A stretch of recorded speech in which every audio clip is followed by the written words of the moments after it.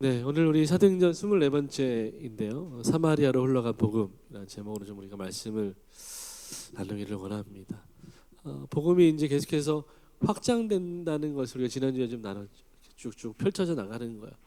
그래서 쫙 펼쳐 나가는 것을 어떻게 그 과정들이 이루어졌고 어떤 사람들을 하나님께 사용하시는지 좀 우리가 계속해서 사도행전을 통해서 보게 될 것입니다.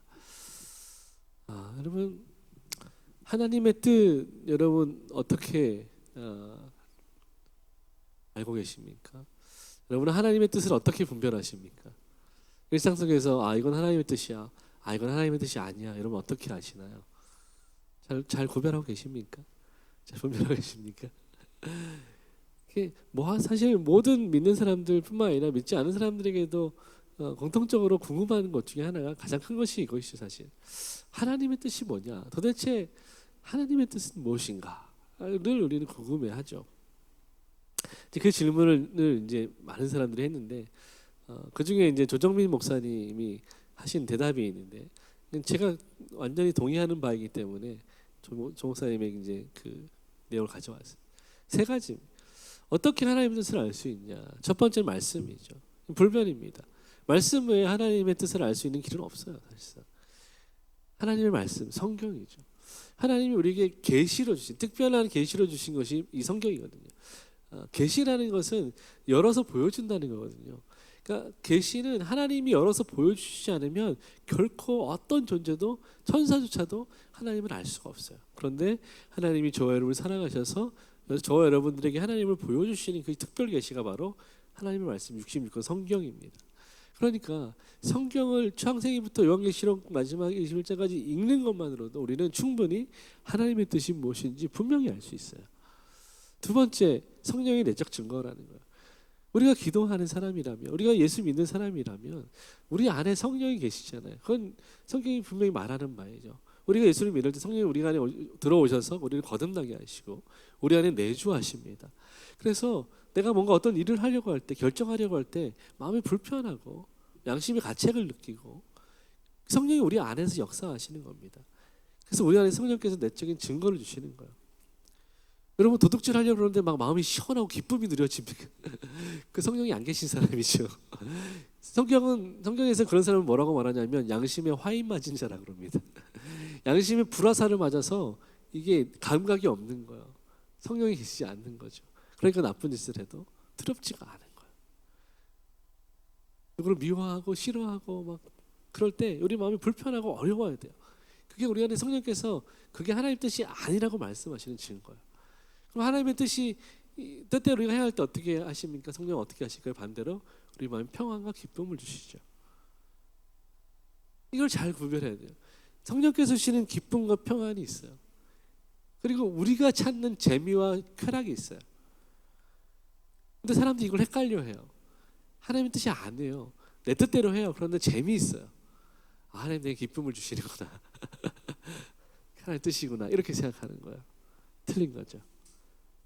성경은 분명히 육체의 쾌락을, 오락을 거절하라고 말합니다. 무엇을 구해야 되냐? 성령이 주시는 희락을 구하라고 말합니다. 기쁨을 구하라는 거야. 우리는 기쁨이를 사랑해야 됩니다. 재미를 사랑하면 안 돼요.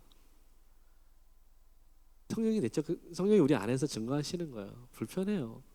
양심이 찔립니다. 이거 아닌 거 알아요. 그러니까 여러분 우리가 진짜 내가 하고 싶은 일 할 때는 어떻게 합니까? 기도 안 하죠. 왜요? 하나님이 그거 하지 말라 그럴까 봐. 기도 안 해요. 그러면서 하나님의 뜻이 어딨냐 막 이렇게. 그러면 안 되겠죠. 세 번째, 믿음의 공동체를 통해서 하나님의 뜻을 분별할 수 있다는 거예요. 무슨 말이냐면 이렇게 주일 예배 시간에 설교를 통해서 또 어떤 우리가 나누는 대화 가운데에서 또 우리가 책을 읽고 나누잖아요. 책을 읽을 때 하여튼 이런 우리 건강한 신뢰할 수 있는 믿음의 공동체 안에서 일어나는 모든 일들을 통해서 우리는 하나님의 뜻을 발견할 수 있어요. 저희가 예전에 청도로 중국으로 처음 나갈 때 그때 그 해 직전에 12월부터 제가 나가는 그때까지 계속해서 하나님이 동일한 말씀들을 창세기 12장 말씀이었어요. 너는 본토 친척 아비 집을 떠나라. 내가 내게 지시할 땅으로 가라. 계속 그 말씀을 주일 목사님 설교 말씀도 수요 예배 말씀도, 신학교에서 책 풀 때 말씀도, 심지어 학교 끝나고 이제 집에 오는데 극동방송 라디오에서도 너는 본토 지쳐 가비 집을 떠나라는 거야. 그리고 나서 막 그 사명 찬양이 막 나오는 거야. 그 제가 경인고속도로에서 차를 세우고 이게 펑펑 울면서 내가 간다 가 내가 그랬던 그랬던 적이 있어요. 그리고 제가 청도로 나간 거예요.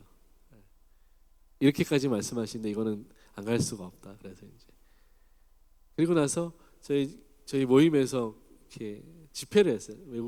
외국인 강사님 모시고 집회를 했는데 제가 그때 예배인도 했는데 그때 그 강사님이 저를 위해서 기도해 주시면서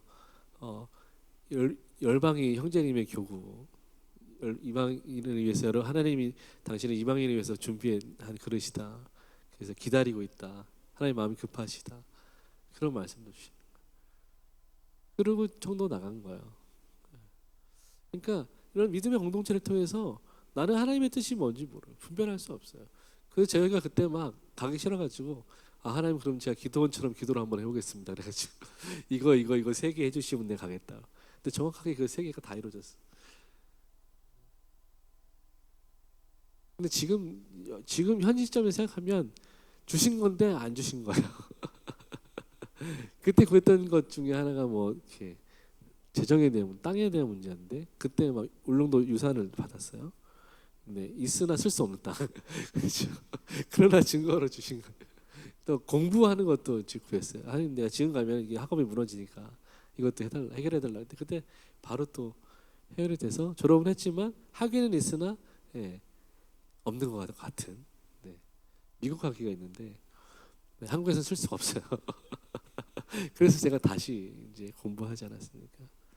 하여튼 그때 당시에는 하나님이 다 응답하셨어요. 그리고 그것이 저에게 신뢰가 되었고 심지어 공항에 내려서 이렇게 캐리어를 끌고 공항 이미그레이션 나가는데 이렇게 제가 언젠가 꿈에서 보았던 그 장면 데자뷰가 이렇게 이제 청도 공항에서 야 이거는 뭐 빼도 박도 못하겠구나.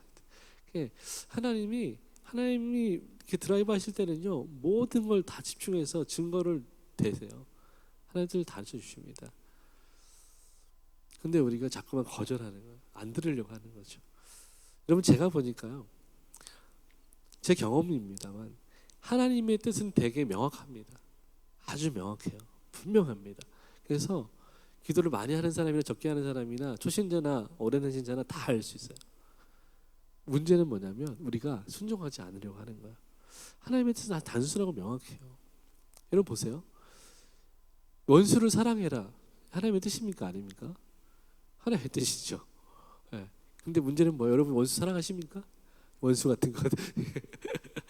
네. 순종하지 않는 거죠 우리가. 그렇죠? 하나님의 뜻은 명확해요. 거룩해라. 정결해라. 말씀을 읽어라. 예배드려라. 다 성경에 나와 있는 하나님의 뜻이에요. 근데 우리가 어떻게 합니까? 순종하지 않는 거죠. 그러면서 우리는 무엇을 구합니까? 명확하지 않은 것들에 대해서 하나님의 뜻을 구해요. 그러니까 당연히 하나님의 뜻이 알기 어렵죠. 여러분 생각해 보세요. 초등학교 1학년이 있어요. 이제 막 말과 글을 배워 나가야 하는 나이예요. 근데 얘가 너무 귀찮고 막 힘들고 공부하기 싫다고 이렇게 땡깡 부리는 거야. 이렇게 막 공부하기 싫어하는 거죠. 옛날의 기쁨이처럼 이렇게. 네, 농담이에요. 네. 갑자기 중보기도 하는데 기쁨이가 학교 안 가고 교회 왔던 기억이 나서 중보기도 하는데 그게 갑자기 나서 내가 그렇다고 생각해 보십시오. 근데 이 아이가 공부는 하기 싫지만 자기가 친구들 앞에서 1등하는 거 싶은 거야. 1등하고 싶은 욕심은 있어. 할 수 있을까요? 못하겠죠. 그럼 이게 우리 모습이잖아요. 이게 우리 모습이야. 죽으라고 기도 안 하고 말씀 안 보고 자기 마음대로 막 살면서 하나님 뜻을 알고 싶어요. 왜 안 가르쳐 주세요? 왜 나한테만 안 보여주세요? 그런 거야. 이건 보여줘도 못 보는 거예요. 안 보이는 거죠. 여러분 노아가요 방주를 만들었잖아요. 몇 년 만들었는지 아십니까 여러분? 120년. 여러분 120년 살았으면 좋겠네. 120년 동안 방주를 만들었어요. 그런데 문제는 뭡니까? 아무도 노아의 일에 동조하지 않았어요. 이 사람 다 비난하고 놀렸어요. 바보라 그랬어요. 왜요? 방주는 어디서 만들어야 됩니까? 바닷가에서 만들어야죠. 근데 노아는 산에서 만들었어요. 120년 동안 만들었어요. 다 바보라고 놀렸어요. 가족들도 등 돌렸습니다. 자식들도 막 아버지 꼭 그러셔야 되냐고. 아무도 동조하지 않았습니다. 여러분, 노아가 바보처럼 이렇게 모든 사람의 공감받지 못하면서 그럼에도 불구하고 120년을 버텨낸 이유가 뭡니까? 그게 딱 하나밖에 없어요. 그가 하나님의 음성을 들었기 때문이에요. 노아에게는 하나님의 명령이 세상에 그 무엇보다 중요했다는 것입니다. 아무도 믿어주지 않았지만 자기가 하나님을 그 믿는 믿음이 너무 중요했던 거예요. 사람들은 나를 믿지 않지만 난 하나님을 믿는다는 거예요. 그 하나님 실수하지 않는다는 걸 믿어요. 그러니까 하나님의 말씀, 그 말씀에 순종하는 것입니다. 그 누가 뭐래도 노아는 순종하는 것이죠. 여러분, 노아에게 중요했던 것은 무엇입니까? 말씀하신 그 내용이 아니라 말씀하신 그 하나님, 그분께 집중하는 거예요. 여러분, 그러니까 노아가 말도 안 되는 내용에 순종할 수 있었던 거죠. 아브라함도 마찬가지죠. 하나님과 동행하면서 하나님의 음성을 알기 때문에 그분의 명령하신 그 내용을 보면 말도 안 되잖아요. 어떻게 아들을, 사람을 번제로 드리라고 명령하실 수 있어요? 내가 아는 하나님이라면 그럴 수 없단 말이에요. 그런데 그렇게 말씀하신 그분의 음성이 분명히 내가 아는 내 목자의 음성이야. 내 하나님의 음성이야. 그러니까 거절하지 않고 순종하기로 결단하는 거죠. 노아와 아브라함이 그렇게 했을 때 하나님이 어떻게 하셨습니까? 하나님 기뻐하셨죠. 그리고 그들에게 복을 주셨죠. 그들이 그렇게 순종할 수 있었던 이유는 말씀하신 그 하나님께 집중했고 그 음성을 알아들었기 때문이에요. 여러분, 성경에 보면 요한복음 우리가 배울 때 들었지만 양은 목자의 음성을 듣는다고 했잖아요. 이 듣는다는 건 그냥 단순히 말을 듣는다는 게 아니라 알아듣는다는 것이, 이것이 내 목자의 음성이라는 것을 알아듣는 거예요. 양은요 자기 목자의 음성을 알아요. 다른 사람이 아무리 불러도 가지 않습니다. 그러나 내 목자가 나를 부를 때 달려가요. 소리를 지르며 달려갑니다. 반가워 달려갑니다. 왜요? 내 목자가 내게 공급자가 되어주시고 보호자가 되어주고 인도자가 되어주고 그 신뢰하기 때문에.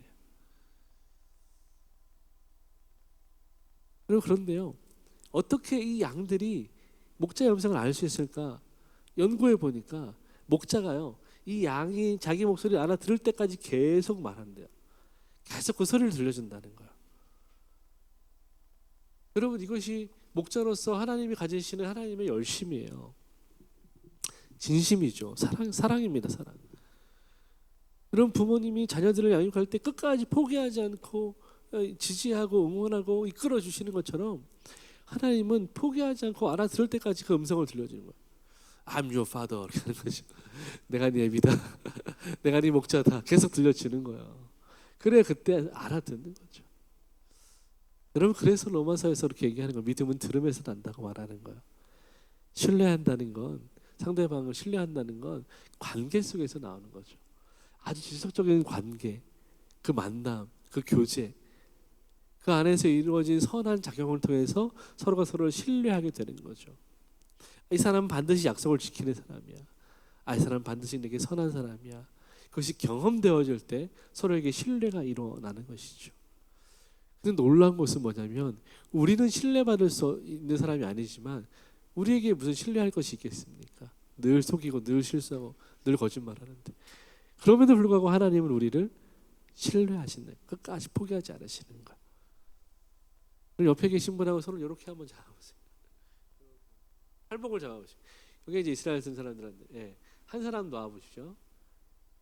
그래도 한 사람은 놔도 팔은 계속 유지가 되죠. 우리는 놔도 하나님은 놓지 않으시는 거야. 그러니까 우리가 하나님 우리에게 주신 구원이 탈락되지 않는 거예요. 끝까지 하나님이 견인해 가시는 거죠. 이 관계 안에서 믿음은 이 들음에서, 소리를 듣는 데서 나타나는 거예요. 생기는 것입니다. 그래서 그 믿음 때문에 그가 하신 말씀에 우리는 순종하게 되는 거죠. 그러니까 믿음이 없이는 순종할 수 없다는 거예요. 정리하면 그렇습니다. 하나님의 뜻을 궁금해하지만 하나님의 뜻을 알 수 없고 자기 마음대로 하는 이유는 결국은 목자의 음성을 모르기 때문입니다. 목자의 음성을 듣지 못하기 때문에, 믿음이 없기 때문이라는 거죠. 때로는 사춘기가 와서 안 들으려고 하기 때문에 문을 닫고 안 듣기 때문이죠.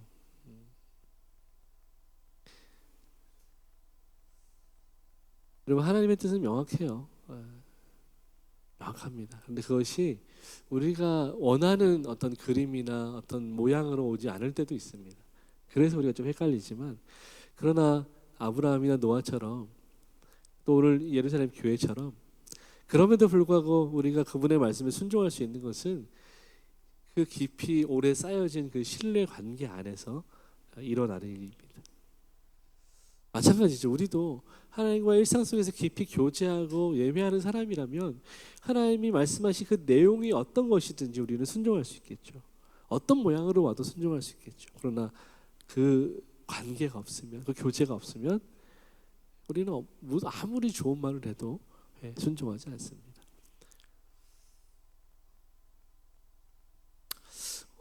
그럼 그 하나님의 뜻을 어떻게 분별할 수 있는가, 그 생각을 좀 가지고 우리가 오늘 본문을 좀 살펴봤으면 좋겠어요.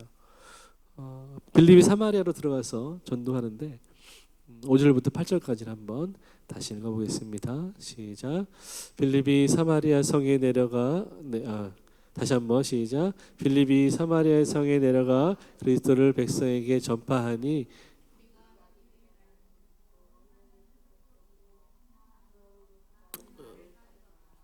많은 사람에게 붙었던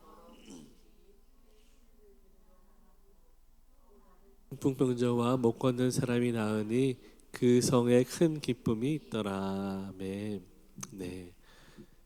우리 교회는 작은 기쁨이 있는데 큰 기쁨이 그래서 기쁨 이름이 너무 잘 지어주셔가지고 기쁨이 성경에 떡하니 큰 기쁨이 있었다 그렇게. 우리가 지난주에 살펴본 것처럼 예루살렘 교회는 큰 환란이 있었죠. 예루살렘 교회는 큰 환란이 있었는데 오늘 사마리아 성에는 큰 기쁨이 있었다라고 누가는 이야기합니다. 여러분, 스데반의 순교 이후에 유대 공회는 사울이라는 청년을 대표로 해서 이제 이 그리스도인들을 아주 이단 종파로 규정하고 아주 강도 높은 박해를 시작했죠. 스데반이 순교했고 많은 그리스도인이 잡혀갔습니다. 그래서 예루살렘 교회는 결정을 내렸죠. 우리가 이제 흩어지자. 그래서 곳곳으로 흩어졌습니다. 사마리아로, 유대로, 다메섹으로, 또 더 먼 곳으로 흩어졌죠. 어떤 사람은 자기 고향으로 들어갔을지도 모르겠습니다. 많은 사람들이 이제 흩어졌어요. 8장 후반절에 보면 빌립이 에디오피아 내시를 만나게 되는데 그도 예루살렘에 예배하러 왔다가 고향으로 돌아가는 거죠. 그처럼 많은 예루살렘 교회 성도들이 뭐 4,000명, 5,000명 회심했으니까 얼마나 많겠어요. 이들이 이제 고향으로 이제 돌아가서 복음의 씨앗을 뿌리게 되는 그런 시기가 찾아온 것이죠. 마치 이 민들레, 여러분 제가 이번 말씀 준비하다 보니까 홀씨가 아니라 꽃씨라고 부르라고 하더라고요. 네. 민들레는 홀씨 식물이 아니라고 그러더라고요.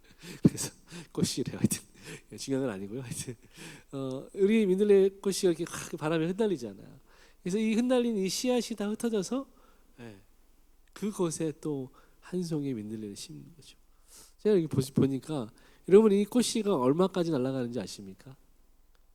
얼마나 날아갈 것 같으세요? 거리가 대략 여러분 생각하시기에 이거 맞추시는 분은 제가 선물을 이모티콘을 쏴드리고 있습니다. 바람에 날려가는데 여러분이 상상하는 건 이상으로 많이 날아갑니다. 힌트를 드리자면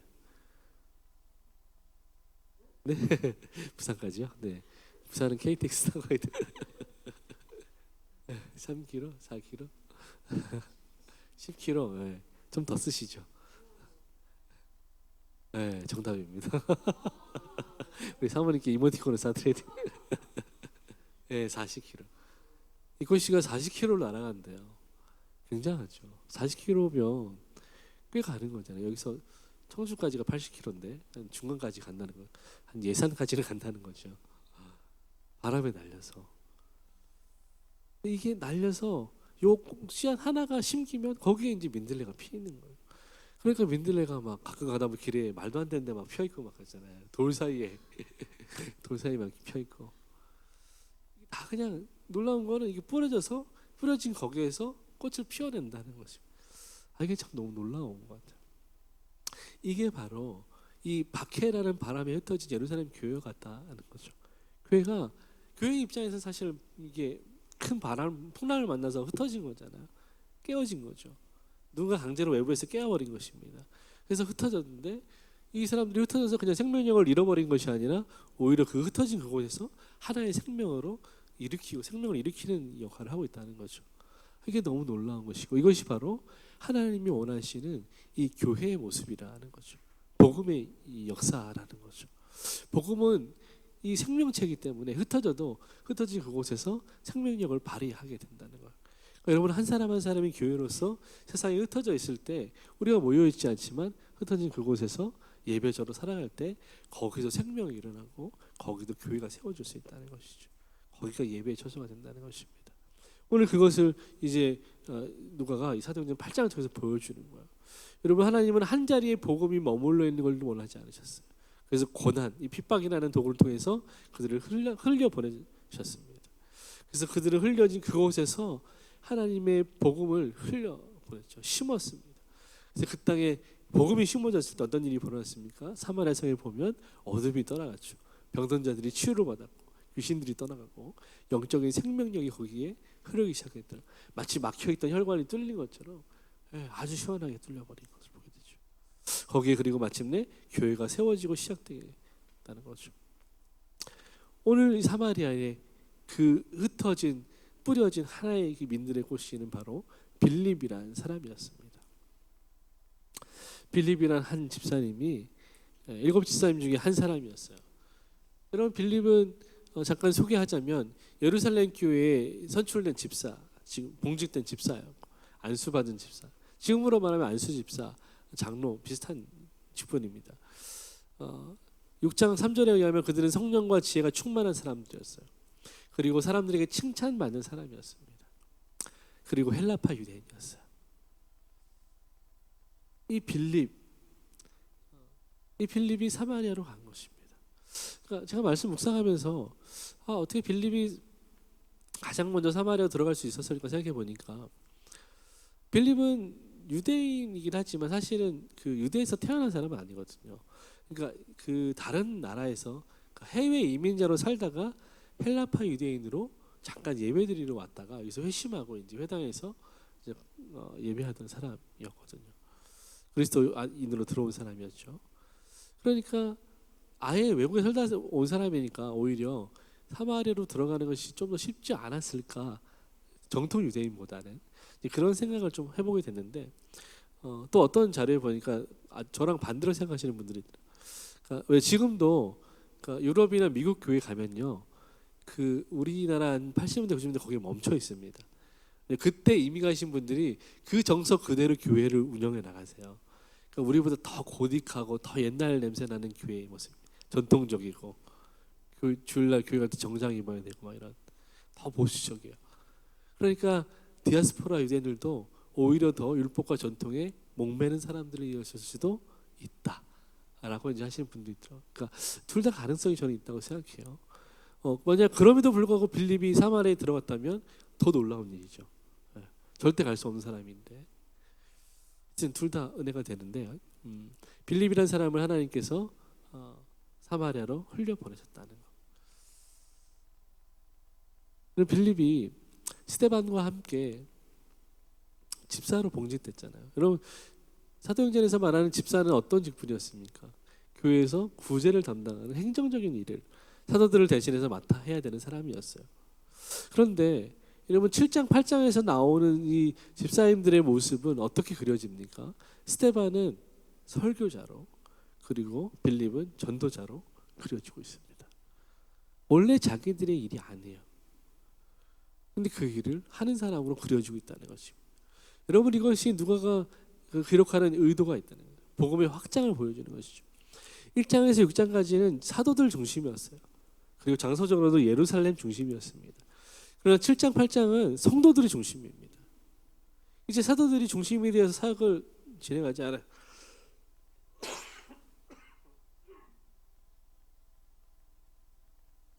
진행하지 않습니다. 빌립과 스데반이나 성도님들을 중심으로 유대와 사마리아를 넘어서 한계와 경계를 넘어서 복음의 일을 하는 것을 보여야 됩니다. 복음이 확장되어지는 걸 보여야 되는 거죠. 여러분, 이게 뭐냐면 이 복음이 하나님의 복음이 어떤 특정한 사람이나 특정한 단체나 특정한 그 지역에 매여 있는 것이 아니라 그것을 넘어서서 역사한다는 것을 지금 성경은 우리에게 보여주고 있는 것입니다. 복음은 계속해서 공간과 시간을 넘어서는 것이다라는 것을 보여주는 거죠. 사도 중심에서 성도들 중심으로, 이제 성도들 중심에서 교회 중심으로 넘어가면 더 그룹이 커지는 거죠. 그러니까 여러분, 다시 말해서 복음이 전파되는 일에는, 전도하는 일에는 교회 안에의 직분이 문제가 되지 않는다는 거예요. 그렇게 말할 수 있죠. 목사님들이 전도해야지. 우리 열심히 돈을 벌어서 재정을 감당할 테니까 목사님들 일주일 동안 놀면서 뭐 하냐, 전도나 해라, 이렇게 이제 말하는 가끔 성도님들이 계세요. 그래서 그럼 네가 목사해라 이렇게 하고 싶은데 내가 돈 벌게 하고 싶은데, 네 주여, 네. 그런 분들이 가끔 계세요. 네.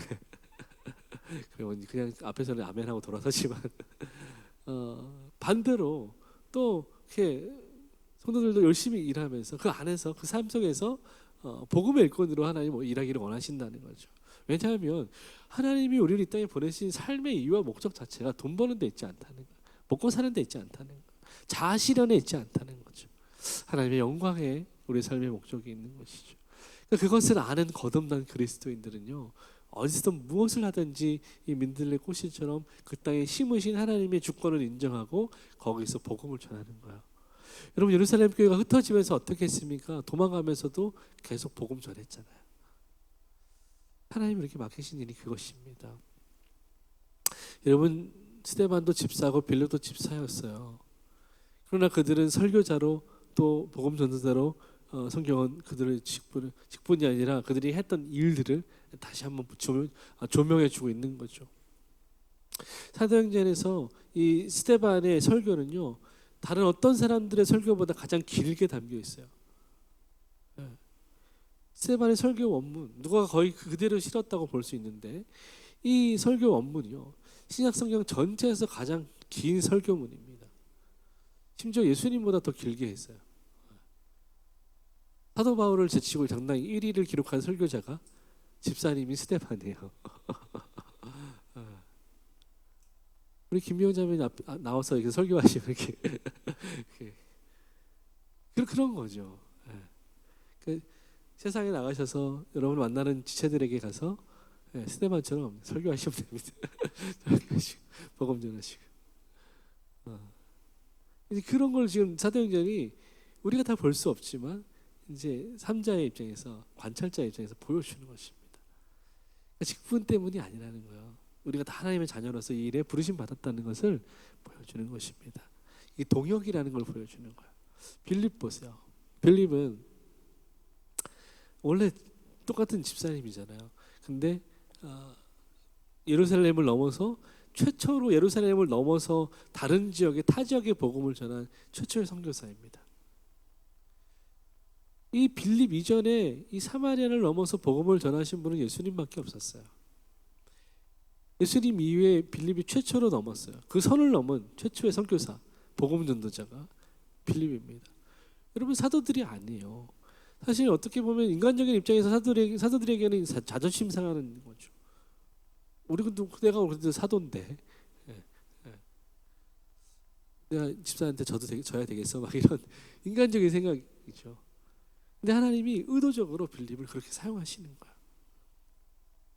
그래서 어떤 분은 뭐 이게 집사 빌립이 아니라 사도 빌립이다 뭐 이렇게 말하는 분도 있는데 말도 안 되는 얘기고요. 네, 빌립 집사입니다.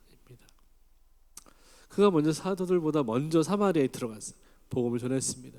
놀라운 일이 뭐냐면 이 빌립이 들어가서 복음을 전할 때 어떤 일이 일어났냐는 거예요. 빌립이 전도할 때 그는 그리스도를 전파했습니다. 다른 어떤 말을 전파하지 않았어요. 오직 그리스도가 누구인지 전파했습니다. 그분은 나무에 달려 죽으신 예수 그리스도, 예수이시다. 나사렛 예수이시다.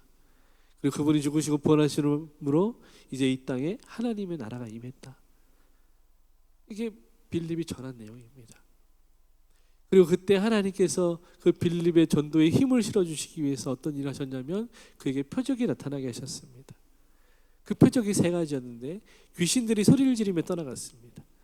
그리고 중풍병자가 치유를 받았어요. 심지어 뭐라고 하면 되냐면 많은 중풍병자라고 말해요. 많은 중풍병자가 치유받았어요. 그리고 걷지 못한 사람이 치유받았습니다. 여러분, 이 지금 일어난 이 표적이 다 어디서 일어난 일입니까? 예루살렘에서 일어난 일이에요.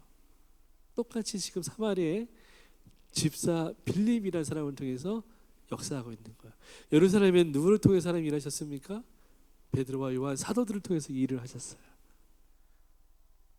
사도들이 예루살렘에서 했던 일을 빌립 집사님이 사마리아에서 똑같이, 이 두 개가 절대로 있을 수 없다라고 하는 일을 일으키신 하나님의 능력을 보게 되는 거죠. 예루살렘과 사도들의 입장에서는, 유대인들의 입장에서는 이거는 절대 있을 수 없는 일이에요. 그럼 하나님이 이것을 가능케 하신 거죠. 그럼 이 부분을 우리를 주의해서 잘 봐야 합니다. 이 빌립의 순종의 걸음, 이 복음 전파의 걸음을 통해서 사마리아 성에 큰 기쁨이 일어난 거예요. 여러분, 왜 안 그렇겠습니까? 중풍병으로 그 힘들어하던 삶을 포기하고 있던 사람, 많은 사람들이 고침을 받았고 걷지 못하는 사람이 걷게 되었고 귀신에 들려서 이렇게 삶을 포기하고 있던 자들이 다 귀신들이 떠나갔을 때 그들이 그 해방된 기쁨이 얼마나 컸겠습니까? 여러분, 저는 감기 기침만 안 나와도 정말 춤을 출 것 같은데 이들은 그 오래된 그 질병으로부터 치유받았다는 건 얼마나 큰 해방감이 있겠어요. 그러니까 그 성에 큰 기쁨이 있었다는 거예요.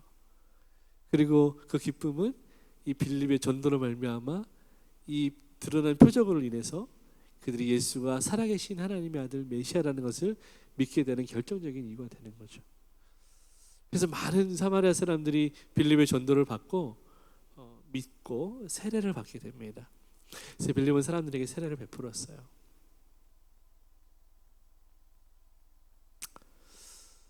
예수를 믿기로 결단하고 세례를 받았습니다. 이제 하나님의 나라가 여기 임했다는 것이 이들이 세례를 받음을 통해서 이제 증명되고 있는 것입니다.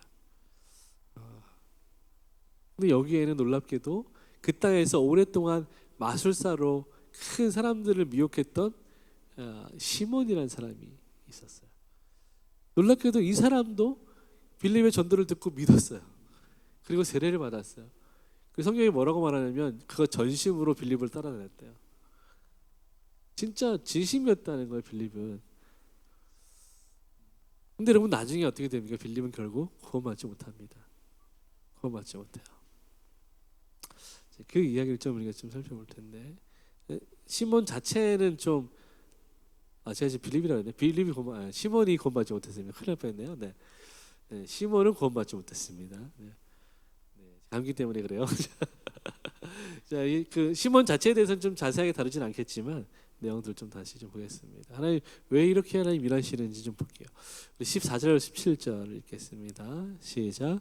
예루살렘에 있는 사도들이 사마리아도 하나님의 말씀을 받았다 함을 듣고 베드로와 요한을 보내매 그들이 내려가서 그들을 위하여 성령 받기를 기도하니 이는 아직 한 사람에게도 성령 내리신 일이 없고 오직 주 예수의 이름으로 세례만 받을 뿐이더라. 이에 두 사도가 그들에게 안수함에 성령을 받는지라. 아멘. 네, 여러분, 우리가 이 구절을 주의 깊게 봐야 되는데요. 성경은 중생, 다시 말하면 거듭남에 대해서 이야기할 때 우리가 언제 거듭나는가를 이제 생각해 봐야 돼요. 여러분, 언제 거듭나셨습니까? 여러분, 언제 중생하셨습니까? 아세요? 몇 월 며칠 몇 시 몇 분 몇 초? 네. 모르죠. 언제 거듭났는가 중요하지만 그럼 날짜까지 아는 건 사실 그렇게 중요하지 않아요. 내가 거듭났다는 사실을 아는 게 중요하죠.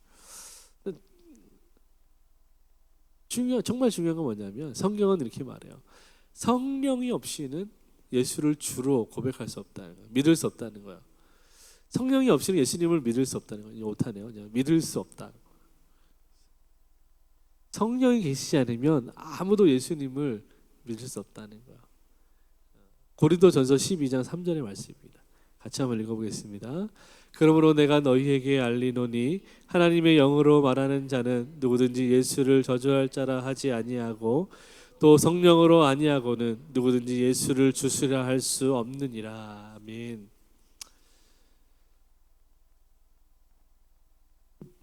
여러분, 오늘 사도행전 8장에서 누가의 기록에 의하면 빌립의 전도를 통해서 예수를 믿게 되고 사마리아 사람들이 빌립에게 세례를 받았다라고 말합니다.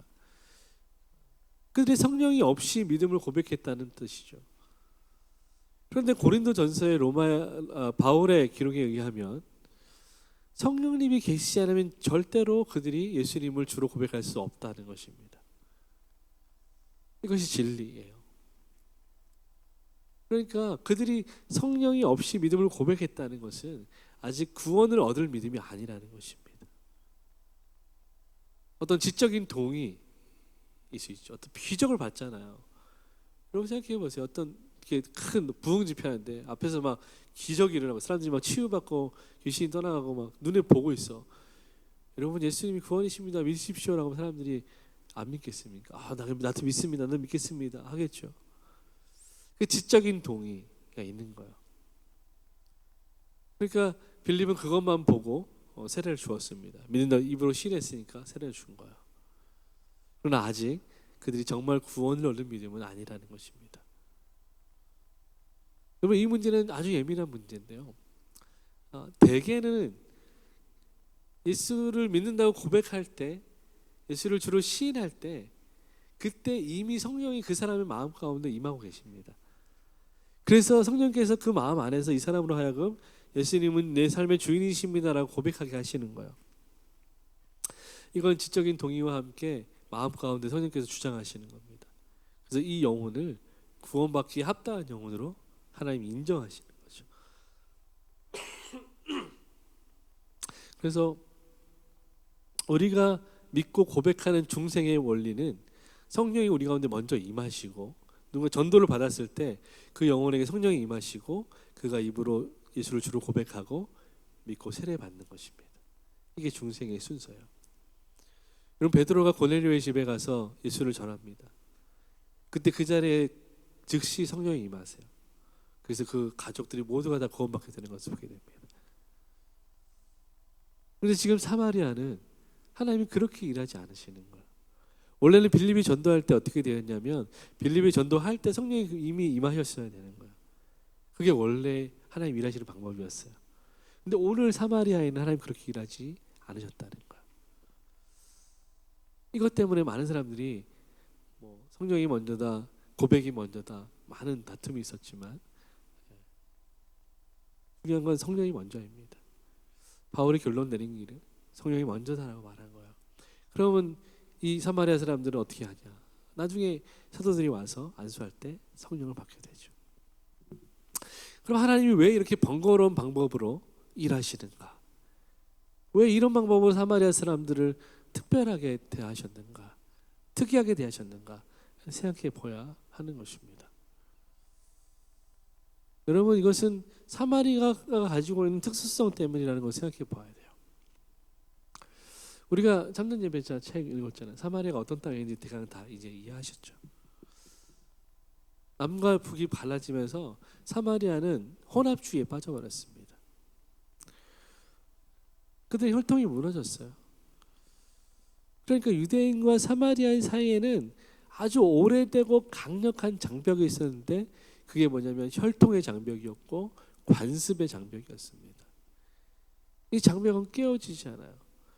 여러분 지금도 이스라엘 안에는 가자 지구가 있고 장벽이 쳐져 있습니다. 하마스에 의해서 전쟁이 일어나고 있잖아요. 지금도 전쟁하고 있잖아요. 그 장벽 원래는 한 민족이었지만 솔로몬 시대에 둘로 나눠지면서 유대와 사마리아가 각기 다른 민족처럼 살았어요. 문제는 이들이 혼혈이 되었다고 종교적으로도 혈통적으로도 혼합되었다는 것이죠. 그러니까 유대인들은 사마리아인들과 상종치 않았습니다.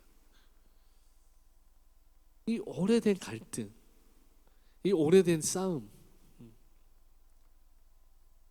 이 싸움을 하나님은 이제 끝내기를 원하셨던 것입니다. 이 구원을 얻은 선택받은 민족 아브라함의 후손의 정통성, 이것이 누구에게 있는가? 사마리아 사람들은 자기들에게도 있다고 생각했어요. 그러나 유대인들은 자신들에게만 있다고 생각했습니다. 이 혈통의 장벽을 하나님 무너뜨리기를 원하신 거예요. 그래서 먼저 예수님이 사마리아로 지나가시면서 사마리아 여인을 만나신 거죠. 가능성을 열어두신 거예요. 그리고 오늘 빌립을 보내셔서 그 사마리아에서 복음을 전하심으로, 그들이 복음을 받아들임으로 그 장벽을 깨트리는 일을 하고 계신 거예요. 여러분, 이것이 예수님이 성육신 하신 이유입니다. 예수님은 이 땅에 평화의 왕으로 오셨어요. 예수님은 이 둘로 나눠진 것을, 이 담이 세워진 것을, 그 담을 깨트리고 둘로 하나가 되게 하시는 평화의 왕으로 이 땅에 성육신 하신 것입니다. 그 성육신의 정신이 빌립의 전도를 통해서 사마리아에게 영향력이 미쳐지게 되는 것이죠. 우리가 아까 생각해 보았던 것처럼 빌립이 전도할 때 일어났던 일들이 대부분 예루살렘에서 일어났던 일과 동일하다는 것은, 예루살렘이나 이 사마리아나 동일하다는 것을, 하나님 관점에서 동일하다는 것을, 똑같이 구원받을 백성이라는 것을 시사하고 있는 것이죠.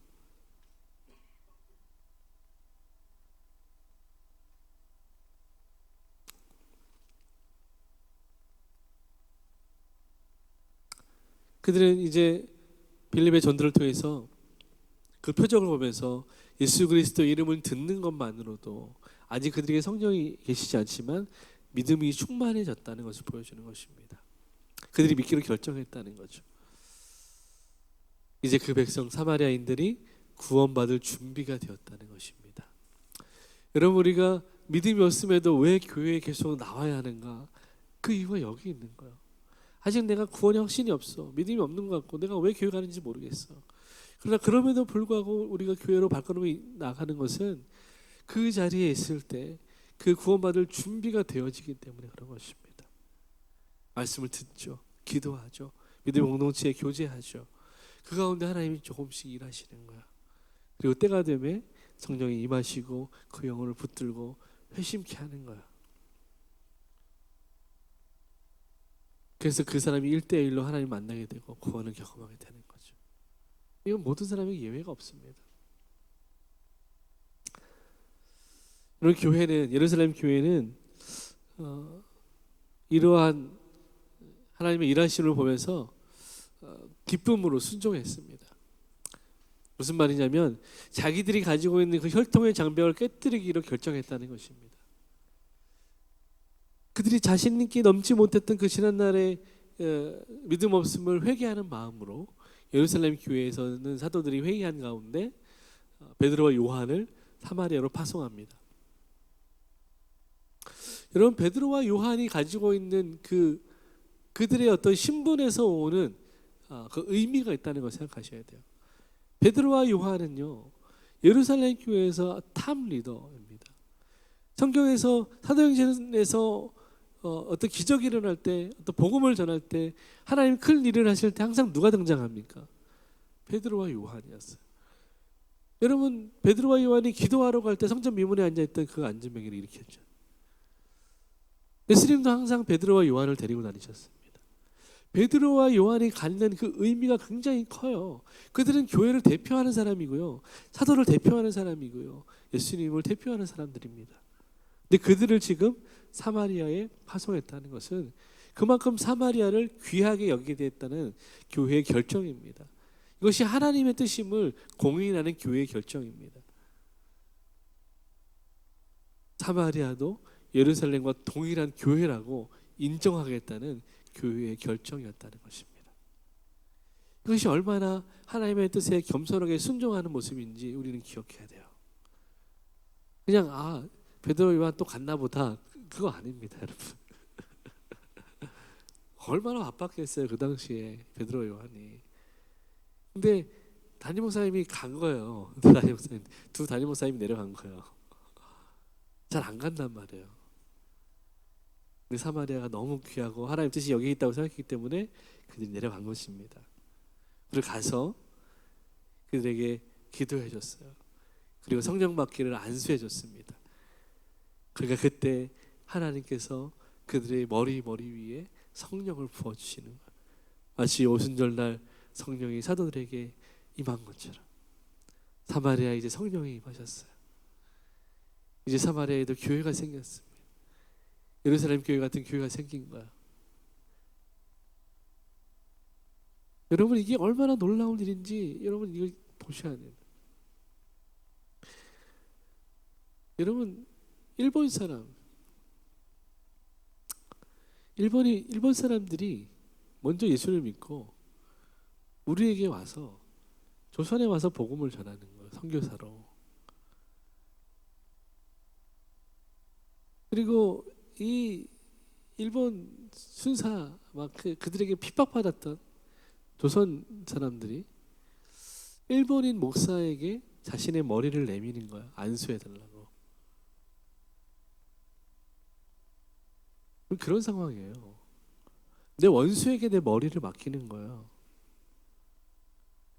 여러분이 가장 미워하는 사람을 떠올려 보십시오. 그 사람에게 날 축복해달라고 여러분의 머리를 맡기는 거예요. 그럴 수 있습니까, 여러분? 지금 사마리아 사람들과 이 사도들의 모습이 그런 모습이에요. 이게 얼마나 아름다운 장면인지 여러분이 이해하셔야 되는데 말로 설명 못하겠네. 원수로 여기던 두 그룹이 만나서 자기 머리를 겸손히 맡기는 거예요. 이게 사마리아 성도들이 보여주는 겸손한 모습이에요. 사도들은 어떻습니까? 모든 권위를 해체하고 하나님의 뜻이 여기 있다는 것을 인정하고 내가 이들을 형제로 끌어안고 안수하는 거, 성령이 임하도록. 더 이상 그들은 서로의 자존심을, 전통을, 혈통을 주장하지 않습니다. 이제 그들에게 모든 장벽이 무너진 것입니다. 이게 복음의 능력이에요. 그들이 가지고 있던 고정관념과 편견이 깨어진 것입니다. 하나님이 다 깨트리셨어요. 그리고 깨트리심을 그들은 순종했어요. 받아들였습니다. 이 한 장면으로 다 설명되는 거예요. 하나님이 이것을 보시려고 일부러 이렇게 일하신 거예요.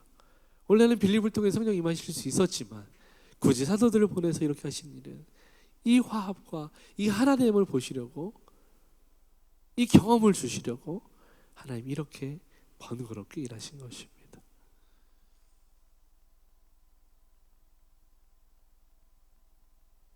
여러분, 그런데 안타깝게도 어떤 사람은 이 놀라운 천국 잔치에 동참하지 못하는 사람이 있었어요. 그게 바로 이 까만 옷을 입은 마술사 시몬이었습니다.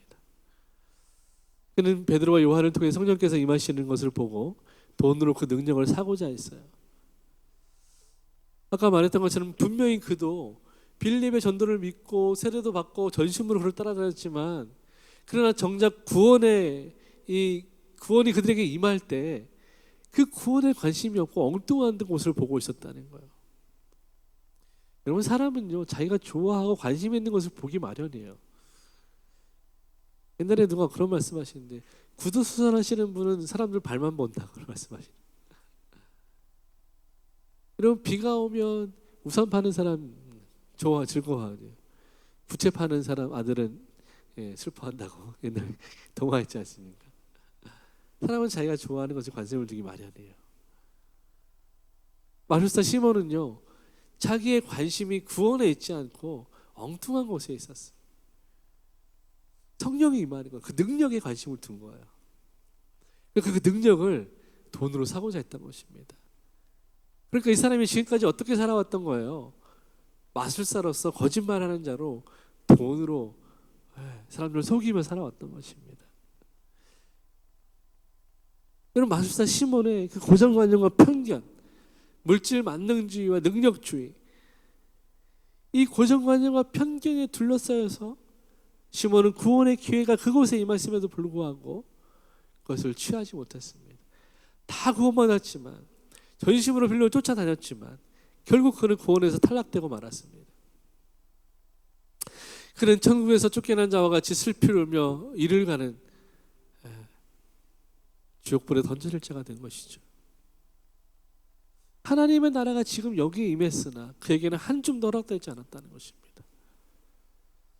여러분, 자신을 깨뜨리지 않으면, 자기의 편견과 고정관념을 깨뜨리지 않으면 결코 하나님의 나라를 볼 수가 없습니다. 여러분, 그래서 주님은 니고데모에게 네가 거듭나야 된다고 말씀하신 거예요. 거듭난다는 말은 무슨 말입니까? 죽고 다시 살아야 한다고 말씀하시는 거예요. 내가 죽지 않으면요, 내 자존심, 내 고정관념, 내 편견, 이것들이 죽지 않으면요, 우리 결코 하나님 나라를 볼 수가 없습니다. 고정관념이 끼워줘야 돼요. 내 편견이 끼워줘야 돼요. 저 사람은, 나는 이것도 못하고 저것도 못하고 이것도 없고 저것도 없고, 그래서 하나님 일을 할 수 없다. 하나님 내게 능력 주시면 하겠습니다. 뭐 주시면 하겠습니다. 뭐 주시면 하겠습니다.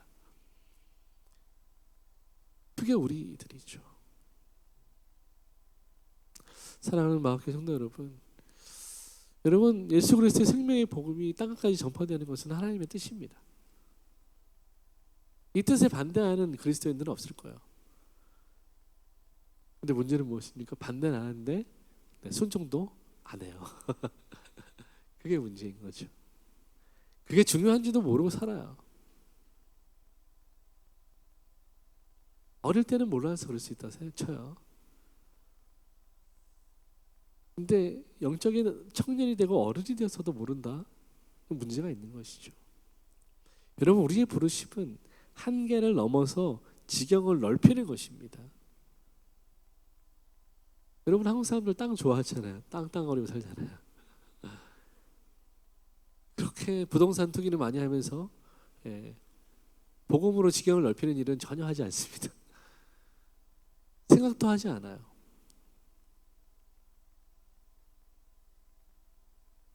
그게 우리의 고정관념의 한계인 거죠.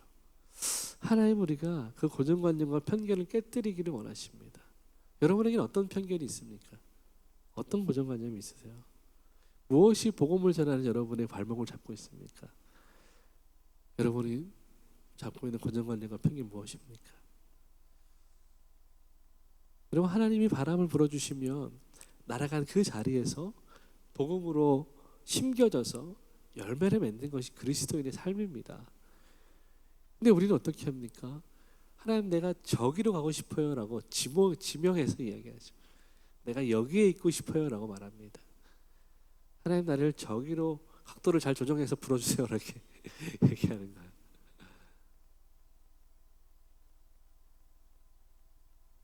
근데 성경은 하나님이 불어주시는 대로 가서 심겨주신 대로 심어져서 그 땅에서 열매 맺어라 라고 말씀하시는 거예요.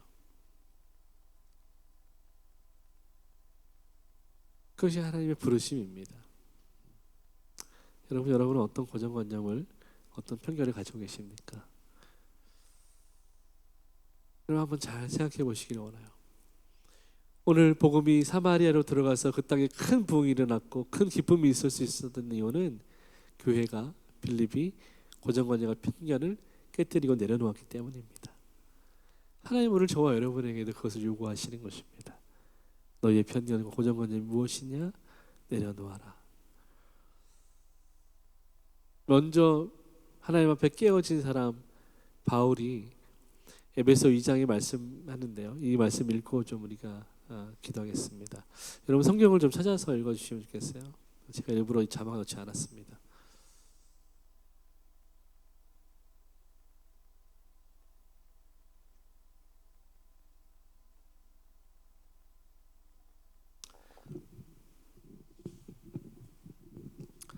네, 에베소서 2장 11절로 22절까지 천천히 우리 한 장씩 교독하겠습니다. 제가 먼저 읽겠습니다. 그러므로 생각하라. 너희는 그때 육체로는 이방인이요 손으로는 육체에 행한 할례를 받은 무리라. 칭하는 자들로부터 할례를 받지 않은 무리라 칭함을 받는 자들이라.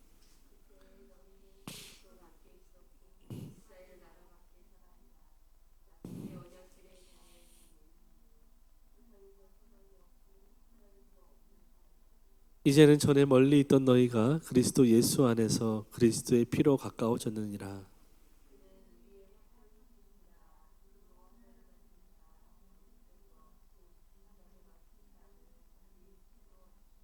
법조문으로 된 계명의 율법을 폐하셨으니 이는 이 둘로 자기 안에서 한 새 사람을 지어 화평하게 하시고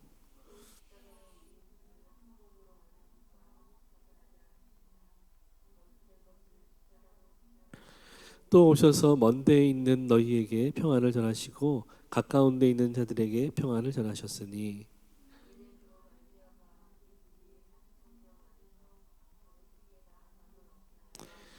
그러므로 이제는 너희는 외인도 아니요 나그네도 아니요 오직 성도들과 동일한 시민이요 하나님의 권속이라.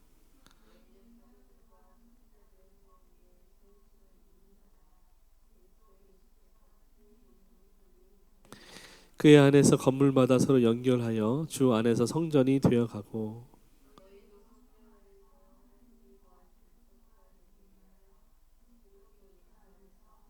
지어져 가느니라. 아멘.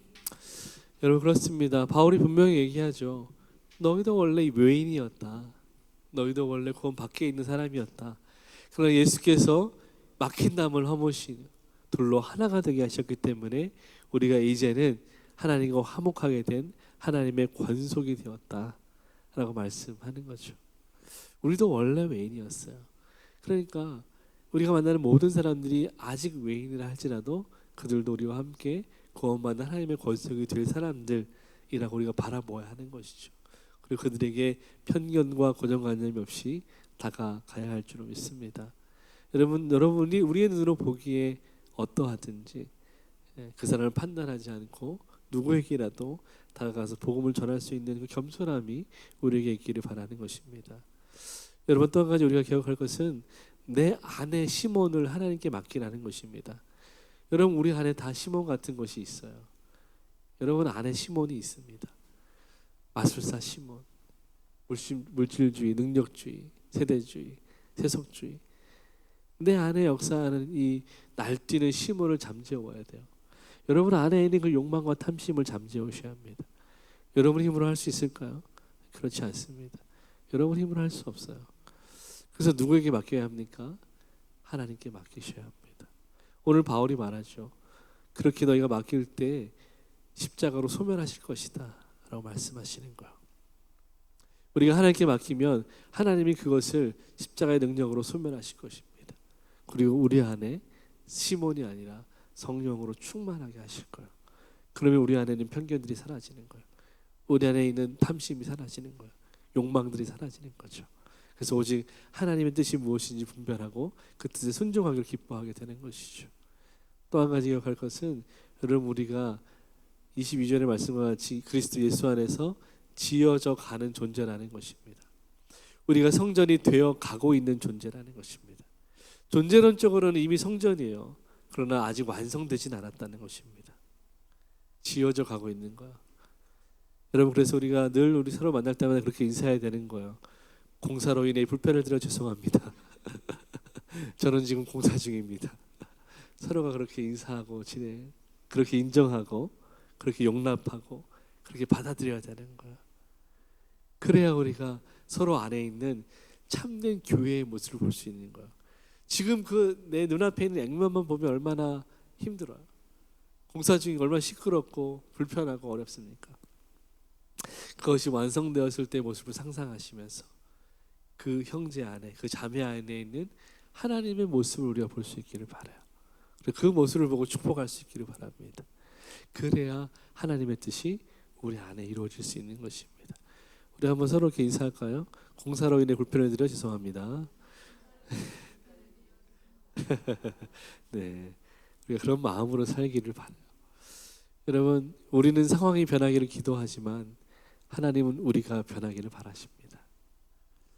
이것이 오늘 말씀을 정리하는 한 문장이에요. 우리는 상황이 변하기를 기도해요. 하지만 하나님은 어떻게 하신다고요? 우리가 변하기를 바라십니다. 여러분 상황은 늘 그래요. 네, 상황은 늘 그렇습니다. 좋을 때도 있고 나쁠 때도 있고 대부분 그지 같죠. 상황은 그걸 그래요. 우리가 변하면 상황이 어떠하든지 상관이 없습니다. 그래서 하나님은 우리가 변하기를 바라시는 거예요. 그래서 거듭난 사람은 변해요. 변화가 있습니다. 그래서 똑같은 상황을 만나도 다르게 반응하죠.